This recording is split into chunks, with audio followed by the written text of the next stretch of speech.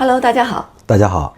前几天我们做的小米速七那期节目呀，这个车呢停在店家门口自己就跑了。这个事儿呀，在网上发酵之后呢，小米公司给的这个官方的回应是，这个车呀是因为车主自己误操作造成的。所以后来呢，车主呢就把他的视频下架了，也把他的账号注销了。应该是小米公司呀给他的赔偿也好，谈判也好，都比较到位。反正是私了了。对，这个咱就不知道了，但是我估计大家心里边应该都有数吧。本来呢是不想再做小米的节目了，我觉得你说小米公司是手机也好，汽车也好，问题特别多，可咱也不能总是揪着人家这个缺点不放呀，就想着就不说了。可是吧，这小米太不争气了，又出事儿了，而且呢这次出的事还比较大。这个事儿呢是发生在10月9号的凌晨4点，在福州的平潭，一辆白色小米速七停在这个海边，然后呢也不知道怎么回事，这个车呀自己动了，好像是越过那个马路牙子的时候，我们能看得到啊，它那个车灯就那个刹车灯已经亮了，就说明这个应该里边有人踩了刹车。可是呢在这个踩着刹车的情况下，这车还在往前走，结果呢就一下掉进海里了。到早晨8点的时候呢，这个车被打捞上来，这个车主已经去世了。这次事故呢也是有监控视频，就和上次那个车自己跑的那个事件是一样的。我们来看看现场的监控视频。他这个掉牙呀，别一呀，没这个问题，再掉牙的看，这个没。这几个这个有。这什么掉下来了，掉下来了。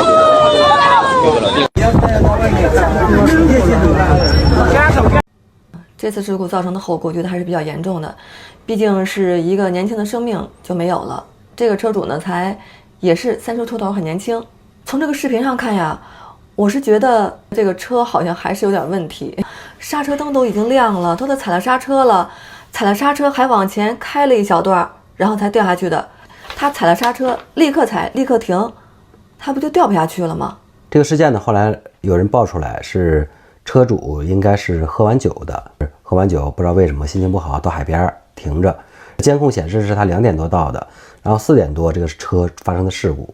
这个事刚一出来，国内的一些抖音短视频的自媒体已经开始给这个小米洗地了，就说呢，他这个车呀是因为车主喝了酒，完了之后呢，在这个海边迷迷糊糊的又困，然后又加上喝酒，误操作让这个车呢掉进了海里。同时呢，在分析他掉到海里的时候呢，还说，你看他这个车尾灯是亮起来了，但那一刻车已经有惯性，已经开出去了，那时候踩刹车制动就已经没有作用了。从这一点上来说，为什么我们说他在洗地呢？我们可以多看几次这个视频，明显的能看到，这车呀在撞上马路牙子，然后包括轱辘已经上了马路牙子，那一刻车主就已经踩刹车了。踩刹车之后又往前走了至少应该有半米到1米的距离才掉下去。开过车都知道，你分析一下现场，哪怕是前边2个车轱辘完全都掉下去，你只要踩住刹车，它也不会整个都掉下去的。因为从车的自重来说，小米首先它不是前置驱动，它的前边呢就是个行李箱。我们都知道小米车的结构，它前面是空的，就是你的车轱辘从那个马路牙子已经落下去了，就整个车身搭在这个马路牙子上的时候，这个车主其实还是在马路牙子上的，整个后边2/3的车的车重，再加上这个人，这车是肯定掉不下去的。所以呢，就让人去质疑它到底是不是自动驾驶有出问题了，还是说它的制动本身就出问题了。国内的一些洗地的自媒体，我觉得这一点上他说的倒有道理，就说呢，那个马路牙子呀，它是合规的，在海边只有30厘米高，也符合这个路政设施的标准。冬奥渔人码头的这个路岩石，它是高30厘米。小米车的前唇的高度基本上就是在12到15厘米这样，一个12到15厘米的高度，它撞上这个路岩石，这30厘米的高度，按正常来说它是不能翻过去的。当然了，我们看视频里边小米的车它也没跳，这确实没有跳。它虽然有这个功能，这时候它确实没有跳海，这个我们是可以确定的。然后呢，他们分析呢是这个路岩石下边有一些杂物，有一些杂物，对，等于有一个坡，然后就让它上去了。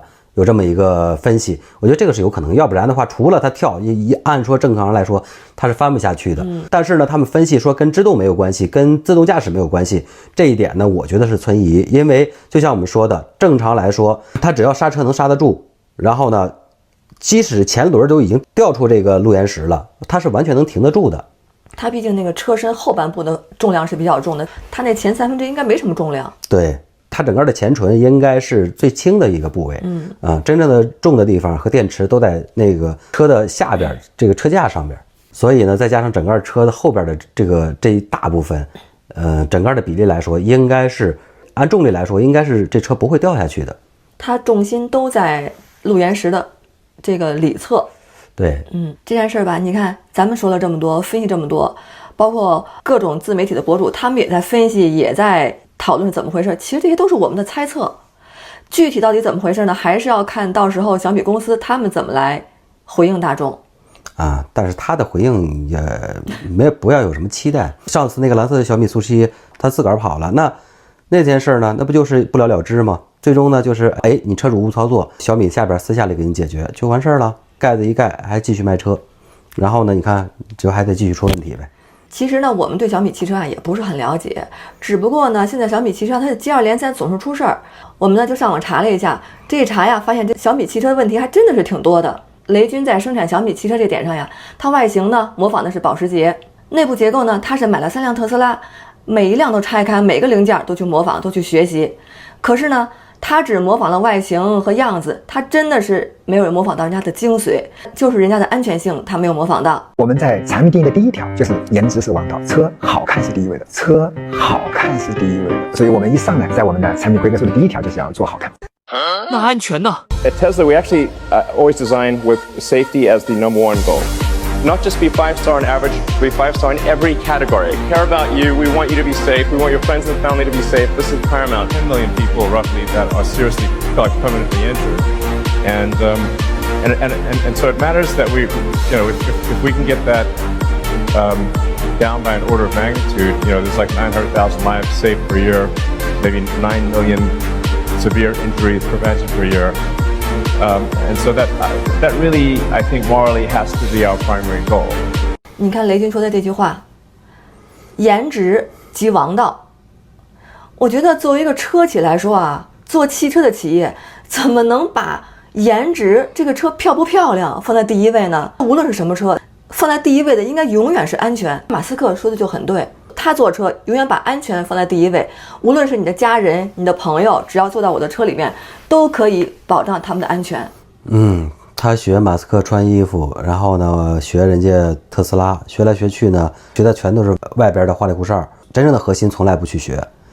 而且雷军确实多次提到过什么颜值即正义，颜值即王道。但是呢，现在事实所呈现出来的就是颜值即销量。我们再来看看小米销售它的销售套路。然后咱们这个 logo 的话是正面看它是一个摸一米，它是一个小米的那个标准 logo。如果您从驾驶位那个方向倒过来看的话，它是新字儿少了一点儿。它的意思是什么？意思是为用户省一点心。哦，对，它会有一个这个写文化在里头。对。哦，明白。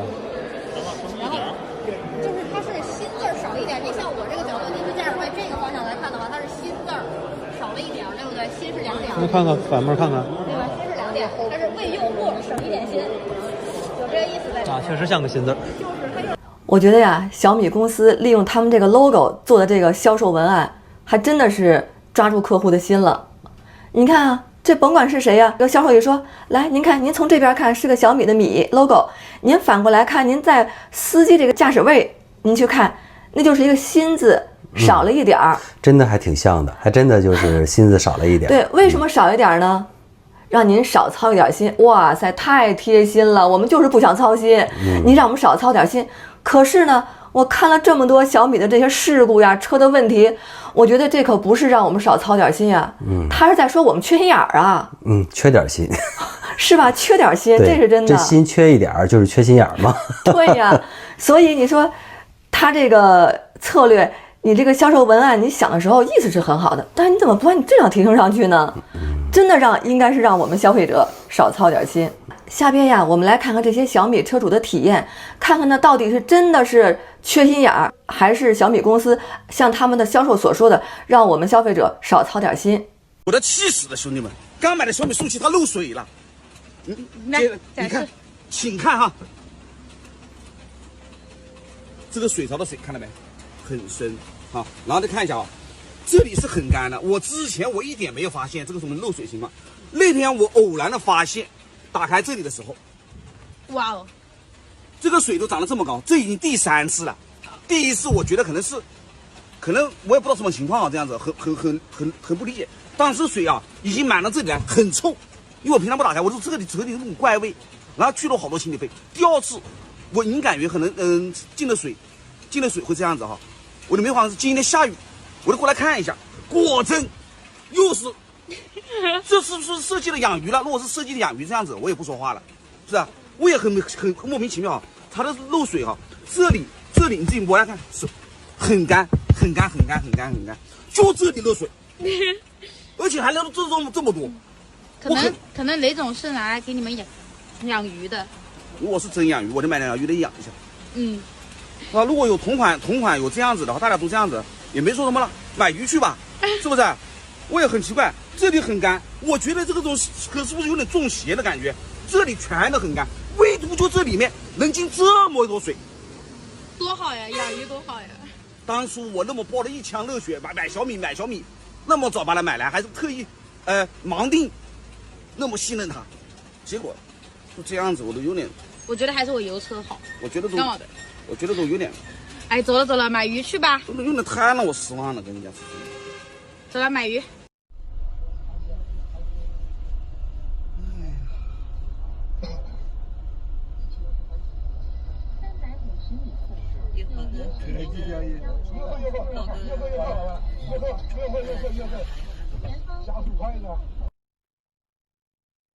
严重的问题，你们看这里，咦，这是我今天跑高速的战绩，然后没有人跟我说，小米苏7前面这个地方要加一个那个挡蚊板，那个防蚊板。我在开高速的整个路上，一路上都有蚊子、苍蝇从这里飞进去。哇！我现在还在服务区里边，你看，这是我刚提的车啊，然后跑长途，第一次跑长途，900公里，哇，咬得我真的是受不了。还有300公里就结束了，给所有苏7的车友们避避雷哈，以后上高速一定要记着带那个防虫网。你看，这边激光雷达都快糊上了。我替我一个朋友问一下啊，就是说。你会怎么办？啊，当然那个人不是我，大家不要误会啊，我是帮我朋友问一问。我帮我朋友问一问。怎么回事啊？我这台车选了一个浅色内饰，所以车的条件被一个清洁湿巾。我要做擦拭的时候，拿出一条湿巾，我在擦座椅啊，看经常擦的时候，突然发现有一个位置啊，越擦越黑，擦不掉。来，你仔细一看，看到了吗？这儿掉皮了。还有这儿往前看，这个位置，这来，不要擦，来，细看，看到了吗？掉皮了。小米座椅的质量真的让我很。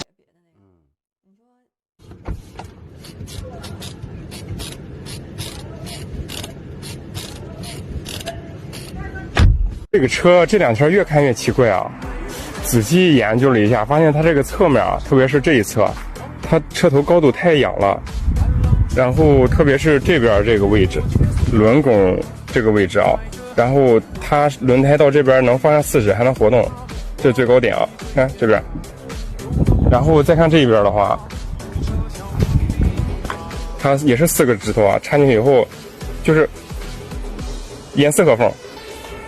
胎压都是打的一样的啊，现在打的是2.8个胎压。学爱同学，在查看胎压。胎压现在状态正常。看，所以这个姿势很奇怪啊。提车3个月了，最近洗车的时候，突然发现右灯上面翘起来，就是这个位置，按压还会回弹，怎么按都没用。然后我去检查左边的大灯，左边的这个位置就没有问题。看完视频呀，我就觉得这哪是像销售说的呀，让客户少操点心，这完全就是给这客户心上添堵。这一个一个的，这些又是进蚊子，又是漏水养鱼，然后呢，这车呢，你不用管它，它自个儿就在这马路上就撒欢儿撒一人了。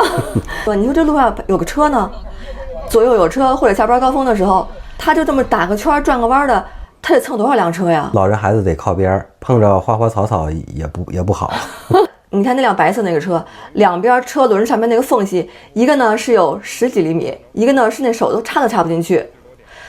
这车怎么能两边不一样呢？我就琢磨是不是他这个车会蹦，他蹦来蹦去，给蹦的两边不一样了。蹦的一腿长一腿短啊，对，有这个意思，就是蹦的两边的那个距离缝隙都不一样了，包括那个车轴断了。小米速7断轴的视频还是比较多的。所以这车呀，还是不要随便让它会蹦啊、会跳呀，还跳舞，没有用，这轴都蹦掉了。咱踏踏实实在马路上走，别出这些小问题，对吧？这个你看，一个座椅开了1个月就开始掉皮了。说实话，我开过的车，我的第一辆车是日产的逍客，我开了10多年，到后来呢也掉皮了，我也没有给它换新的座椅，然后一直是裸着的。但是呢，最起码前5、6年它是没事儿的。你这10多年了，掉个皮，我觉得也正常吧？对，磨来磨去总坐呀什么的，开这么多。对，它那才1个月呀，更别说后来我那辆奔驰，包括后来的宝马 X3，这些车呀，基本上都是你得开个5、6年，而且呢开的还比较狠。你像我这开车呀10几年，开了这3辆车加起来应该是50多万公里，我开车也开的比较狠的。我开的这3种车，没有一个说我开1年2年它就掉皮了。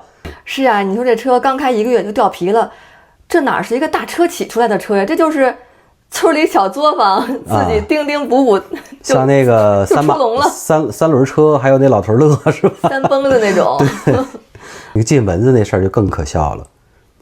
跑了那么多次高速，跑高速呢都知道那蚊子噼里啪啦的，这个车窗上啊，这个前机顶盖上啊，全都是蚊子的尸体，但是从来没有蚊子进来过。你除非打开窗户，你这不开窗跑着高速，然后都能进蚊子，这也真是神奇了。这小米是不是连车的基本的这个结构都不懂啊？你说还天天学人家特斯拉，学的都是啥呀？这特斯拉这个车里在高速上可不进蚊子。真的，我这个车主啊，他一说他开了多少公里，然后身上咬了多少包，我真的都特别想笑。真的，如果不是因为这个视频，我从来都没有想过车开着还能从那个下边进蚊子。从来没有遇到过这种事儿，从来没有想过这是个问题。但是小米车它就真出现这样的问题了。雷总造车呀，这么注意这个外观的颜值，我就想知道哈，坐在小米汽车里能有自豪感的人，到底是一种什么样的感受？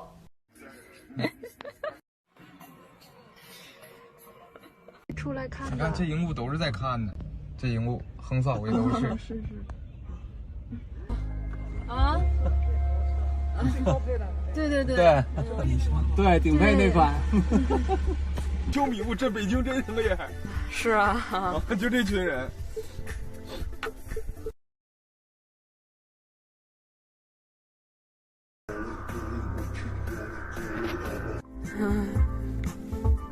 在给我们拍照。雷总啊，模仿保时捷这个车的外形，我觉得他真的是太有眼光了。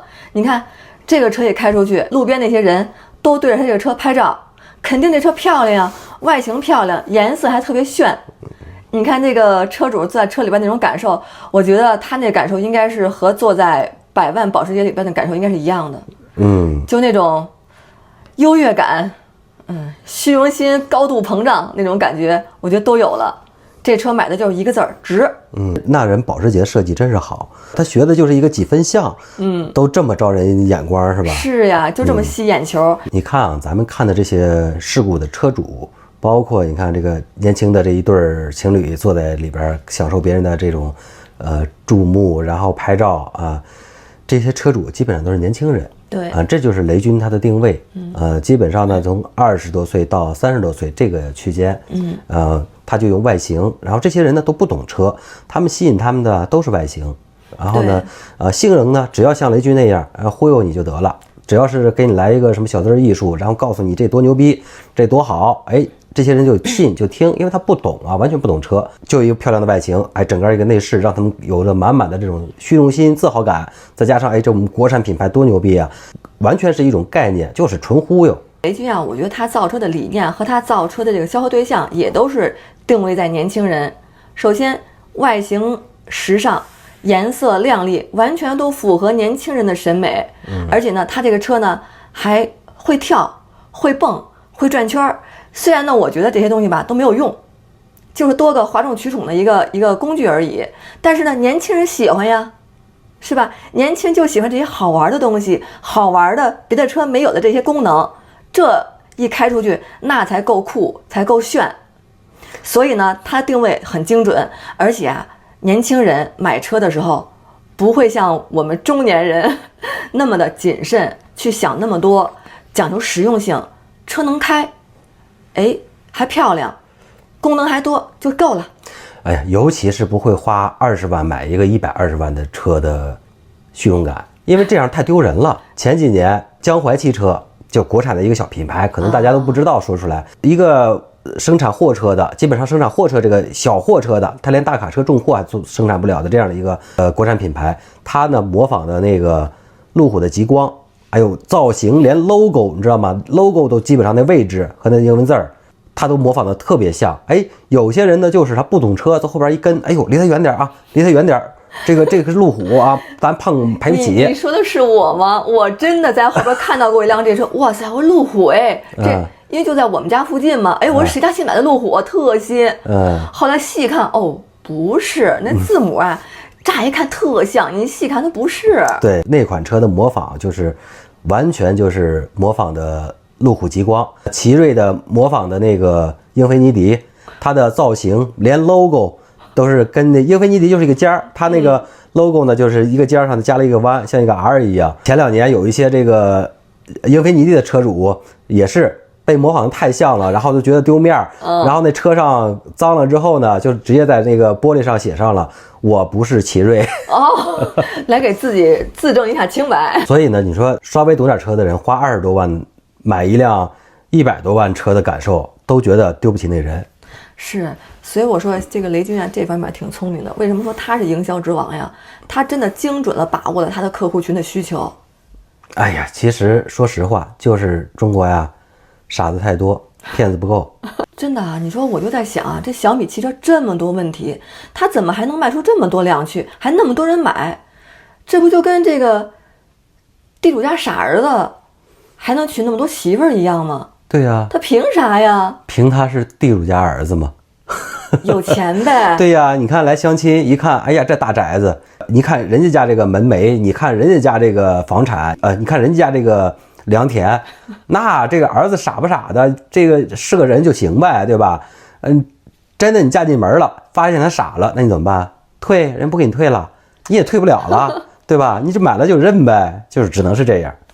不过呢，我还是觉得这个无论怎么样，车安全永远是第一位的。我就觉得啊，这些年轻人买车的时候，不管它多漂亮，还是成熟一点儿，考虑一下安全。年轻人喜欢时尚，然后呢没有错，这个呢就是这是一个人类的一个共性。我们年轻的时候都是从这样走过来的，都知道我们喜欢好看的，喜欢美的，就包括在找对象也一样。